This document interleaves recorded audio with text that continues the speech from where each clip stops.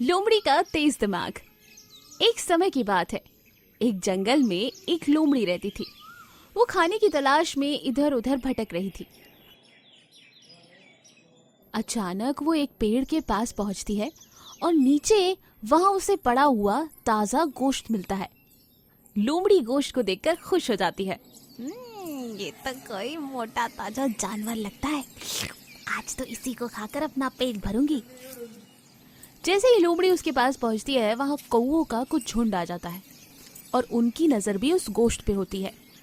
अब लोमड़ी के दिमाग में एक आइडिया आता है। वो कौओं से कहती है, देखिए, आपको खाना है ये गोश्त तो खा लीजिए, मैं मना नहीं करूंगी, लेकिन मैं यहाँ पर पहरेदारी कर रही हूँ। दरअसल ये गोश्त बाघ का है, वो बस आने ही वाले होंगे। आपको खाना है तो आप खा लीजिए। लोमड़ी की बात सुनकर कौवे डर जाते हैं। अरे नहीं नहीं, बाघ का है तो हम क्यों खाएंगे, हम कुछ और ढूंढ लेंगे। चलो भाइयों चलो। कौवे वहां से उड़ जाते हैं। लोमड़ी के मन में खुशी आ जाती है। अब तो कोई मुझे नहीं रोक सकता। तभी अचानक शेर आ जाता है। जैसे ही लोमड़ी उसे खाने जा रही थी, शेर घुर्राता है। मेरे सामने तुम ये कैसे खा सकती हो? नहीं नहीं शेर राजा, मैं खा थोड़ी रही थी, मैं तो बस इसे सूंघ कर चेक कर रही थी कि ये ठीक ठाक है कि नहीं। दरअसल ये मेरा नहीं, बाघ का है। वो बस आते ही होंगे, उन्होंने मुझे यहाँ पहरेदारी पर बिठाया है। ओ, ये बाघ का है, फिर तो तुम ही इसे रखो, मैं इसे नहीं खा सकता। ये बोलकर शेर भी वहां से भाग निकला। अब तो लोमड़ी की लॉटरी लग गई थी।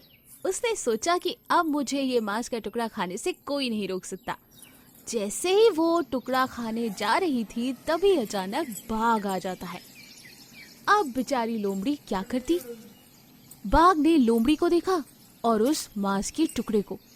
लोमड़ी ने तुरंत अपना दिमाग चलाया और बाघ से कहा, महाराज, पूरे दिन बहुत मेहनत करने के बाद मैंने ये भोजन पाया है, लेकिन आप हमारे इष्ट हैं, आप हमारे जंगल के राजा हैं। आप चाहें तो आप ये भोजन कर सकते हैं, मैं कुछ और ढूंढ लूंगी। लोमड़ी की बात सुनकर बाघ बहुत प्रसन्न हुआ।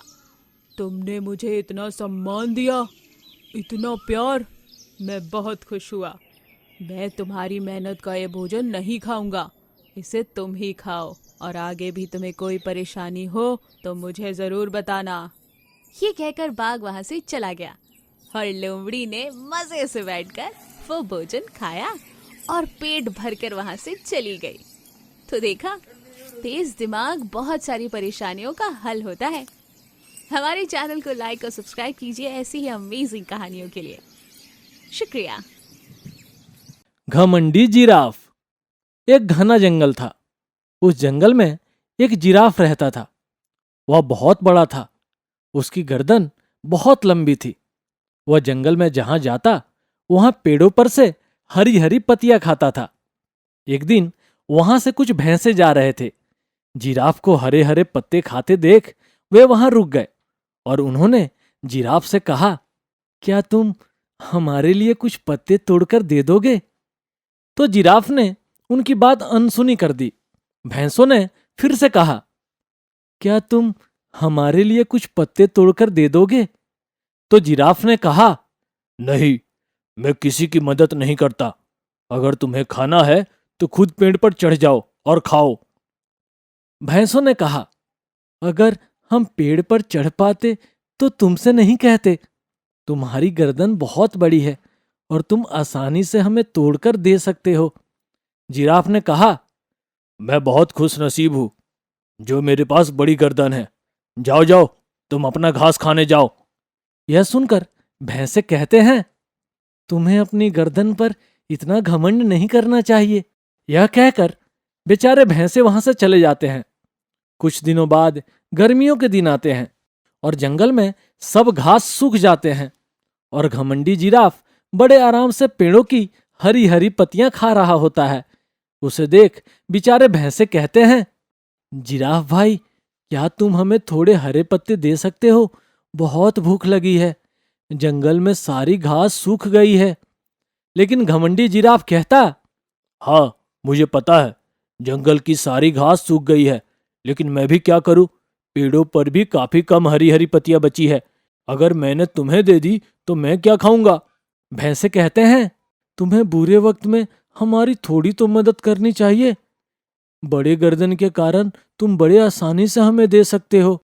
जिराफ कहता है, अगर आज तुम्हें दे दी तो तुम रोज रोज मांगने लगोगे। जाओ, तुम सूखी घास ही खा लो, मैं तुम्हारी कोई मदद नहीं कर सकता। और बेचारे भैंसे वहां से चले जाते हैं। एक दिन एक शेर अपने बच्चे से कहता है, बड़े दिन हो गए, कोई बड़ा शिकार नहीं किया, और गर्मियों के कारण सारे जानवर अपने अपने घरों में छुपकर बैठे हैं। अगर ऐसा ही चलता रहा तो हम भूखे मर जाएंगे। शेर का बच्चा कहता है, हाँ, हमें कोई बड़ा शिकार करना होगा। कम से कम 1 हफ्ते तो शिकार करने की जरूरत नहीं पड़नी चाहिए। और दोनों जंगल में शिकार ढूंढने जाते हैं।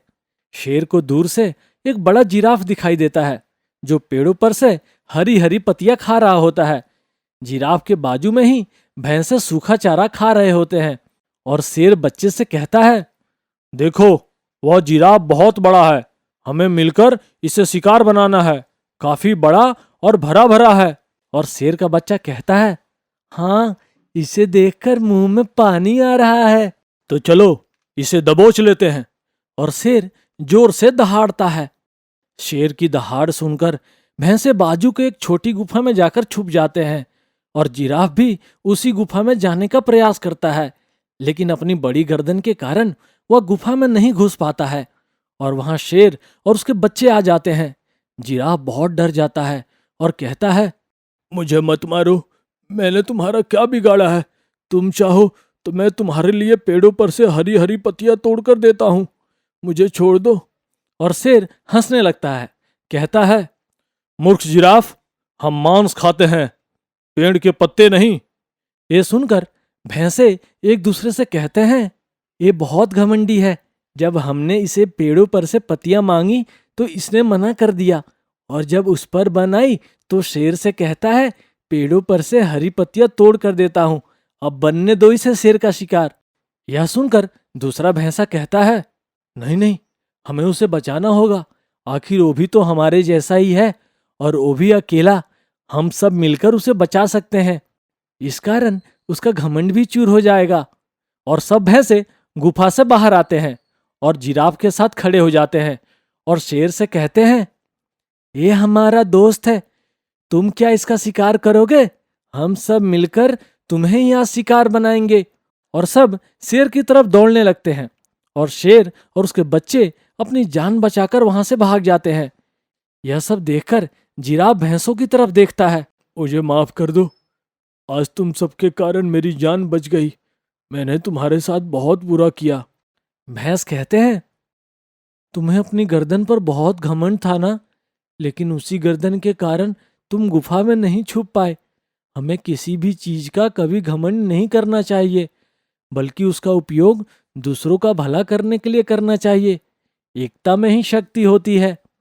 उस दिन के बाद जिराफ और भैंसे अच्छे दोस्त बन गए और जिराफ भैंसों को पेड़ों की हरी हरी पत्तियां भी देने लगा और सब खुशी से जंगल में रहने लगे। दोस्तों, अगर आपको ये कहानी अच्छी लगी और आप आगे भी इस प्रकार की कहानियां देखना चाहते हैं, तो हमारे इस चैनल को जरूर सब्सक्राइब करें